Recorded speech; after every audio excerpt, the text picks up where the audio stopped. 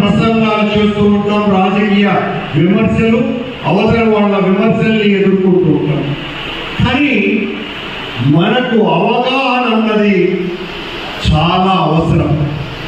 ఈ రోజున రాయలసీమ ఎత్తిపోతల పథకం అన్నది ఏదైతే ఉన్నదో, ఆనాడు ముఖ్యమంత్రిగా ఉన్నటువంటి మనందరి దైవ సమానుడైనటువంటి రాజశేఖర్ రెడ్డి గారు కర్నూలు దగ్గర ఉన్నటువంటి పోతిరెడ్డిపాడు 1000 క్యూసెక్కులకు పెంచాలన్నటువంటి నిర్ణయం తీసుకొని అమలు పరిచిన తరువాత అది కూడా సరిపోతూ రాయలసీమ వాసుల కడగళ్ళు తీరాల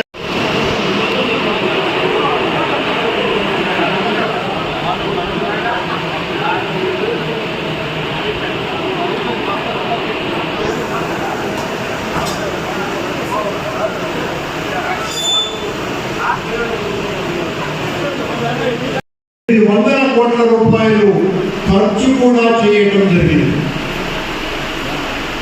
రాజశేఖర రెడ్డి గారు ఏ పథకాలనైతే తీసుకొని వచ్చినారో ఆ రోజున ఆయన జనయజ్ఞం తీసుకొని వస్తే ఆ తర్వాత ముఖ్యమంత్రి అయినటువంటి చంద్రబాబు నాయుడు వాటిలన్నింటినీ కూడా సమూలంగా ముఖ్యమంత్రి చంద్రబాబు నాయుడు రాజశేఖర రెడ్డి గారు రైతులందరికీ ఉచితంగా కరెంటు ఇవ్వాలి అన్నటువంటి నిర్ణయం తీసుకుంటే ఉచితంగా కరెంటు ఇస్తే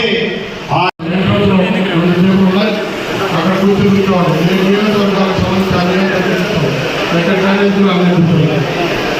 టేబుల్ కేటాయించడం 5 నియోజకవర్గాలు అక్కడే కూర్చోవాలని కోరుకుంటున్నాం.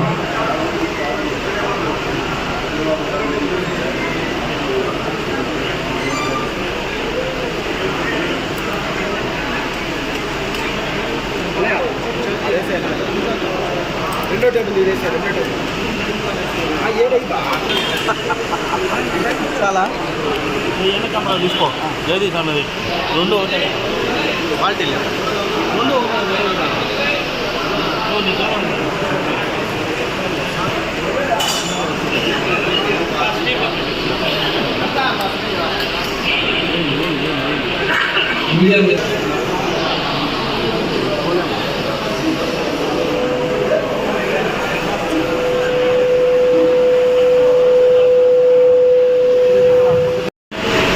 ఉమ్మడి చిత్తూరు జిల్లా అధ్యక్షులు కరుణాకర్ రెడ్డి గారి ఆధ్వర్యంలో జరిపించడం చాలా సంతోషమైన ధన్యవాదాలు. అదేవిధంగా ఈ వేదిక మీద ఉన్నటువంటి అత్యంత మహారాజులందరికీ కూడా పేరు పేరున ధన్యవాదాలు. అదేవిధంగా వేదిక ముందున్నటువంటి అందరికీ కూడా పేరు పేరున నేను ధన్యవాదాలు తెలియజేసుకుంటూ, ఈ గడిచిన 22 నెలలు చూస్తే కేవలం రాజకీయ కుట్రలు జగన్మోహన్ రెడ్డి గారు వేసుకున్నటువంటి మార్పును చెరిపేయాలి అనే విధంగానే ఈ కూటమి నాయకుల ప్రవర్తనను మనం చూస్తున్నాం. ఎందుకంటే జగన్మోహన్ రెడ్డి గారు 5 సంవత్సరాలు ముఖ్యమంత్రిగా ఉన్నప్పుడు మీరు అందరూ కూడా మీ ప్రాంతంలో, మీ గ్రామ